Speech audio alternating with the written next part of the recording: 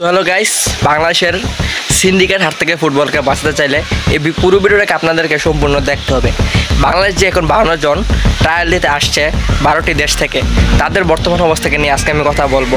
তো এই 52 জনকে নাকি একজনও তাদের মন মতো হয়। ন্যাশনাল টিমের ব্যাপারে এখানে আমরা বেশি বয়সের যদি আমরা চিন্তা করি 26-27, আমি ওদের সরাসরি বলেছি যে এটা either you make it or break it, মানে এমন একটা বয়স ওদের, এটাই মানে অলরেডি তাদের কেন কি পিক করে নাই অন্যান্য কোনো ক্লাব। উপদেষ্টা টিটু সে নাকি বলেছে বিদেশ থেকে আসলে কি তাদেরকে দল নিতে হবে। তো ভাই যে বলছে বাংলাদেশের দলে তেমন কোনো ভালো প্লেয়ার নাই।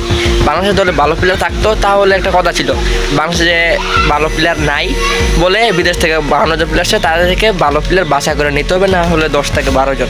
তো বাংলাদেশের বর্তমানের অবস্থা খুবই খারাপ।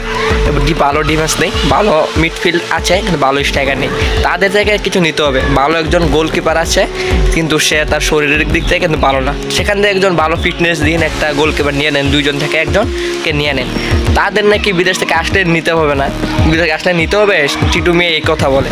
তো এটাকে বাংলাদেশের সিন্ডিকেট হাতে পড়ছে না ভাই। বাংলাদেশ ফুটবলকে আমরা সবাই রক্ষা করতে চাই। একজনও তার কিন্তু বয়স ভালো না, বয়স কম, তারা কিন্তু কোনো উপযুক্ত হয়নি। তো এখান থেকে অনেক ভালো ভালো ডিফেন্ডার আসছে, ভালো ভালো গোলকিপার এসেছে। আপনার ভিডিওটি দেখতে পারলে অবশ্যই বুঝবেন যে গোলকিপার কেমন ভালো খেলেছে। বাংলাদেশ যে একটা প্রীতি ম্যাচ চলেছে শুধু বাংলাদেশ ভার্সেস বাংলাদেশের মধ্যে, সেই প্রীতি ম্যাচের মধ্যে নাকি কেউ ভালো পারফরমেন্স করতে পারে নাই।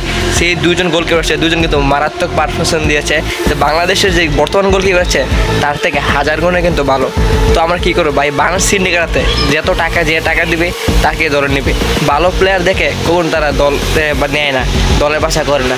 তো আমরা সকলেই একটা আন্দোলন করব, সকলেই অনলাইনে যেভাবে পারেন বাংলাদেশ ফুটবলকে সিন্ডিকেট থেকে রক্ষা করতে হবে।